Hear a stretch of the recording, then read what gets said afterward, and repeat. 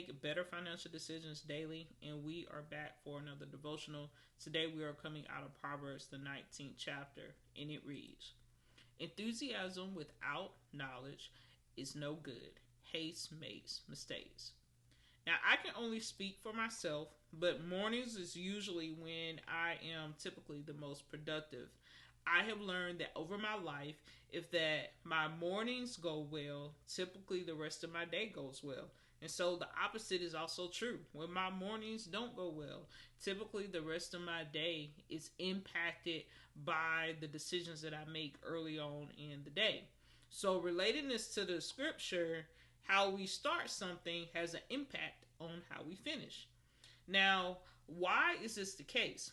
Now, I'll give you my two reasons why I think this is the case.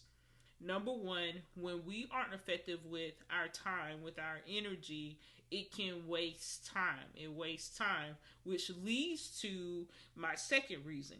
It has built up frustration. And when we get frustrated, we typically stop working on the task or the goal that we are seeking to accomplish. So, what is the conclusion from this devotional? Energy is not enough. Energy is not enough. Now, that may be a tough pill to swallow, but I know personally that I have done it.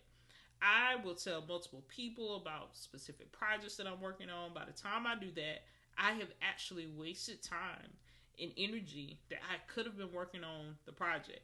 Now, I am not speaking about not getting wise counsel, because if you remember, the second half of this verse talks about, well, technically the second half of the first part of the verse says, enthusiasm without knowledge is no good. Enthusiasm without knowledge is no good, meaning that gaining wise counsel, seeking out information is definitely important. So we must be intentional with our energy to make sure we are placing it in the right place, so that we can reach the goal. So what does this have to do with our finances? When we decide to make a change in our lives financially, there is definitely an excitement that happens in the beginning. You know, you sit down and you try to figure things out, and you're like, how long is it going to take? How much money do I need? What do I need to switch up in our household? How do I tell my family that we're ready to change everything in the house? And me speaking all those questions, I can imagine that is overwhelming to anyone who's thinking about all those things. And I've been in that place too. And so if you try to do all the things at once, your chance of success is going to go down. In fact, you may get burned out quickly if you are trying to do everything and not changing at a pace where it's actually sustainable. So what is your financial coach telling you to do today? If your energy is not going in the right place, you may get frustrated and disappointed in yourself if it doesn't work out. And I do not want you to get to that point. So, this week, take time to decide what is your goal and make it smart. I'm pretty sure that we've talked about this before, but I'm going to say it again. A smart goal is specific, measurable, attainable, realistic, and time bound.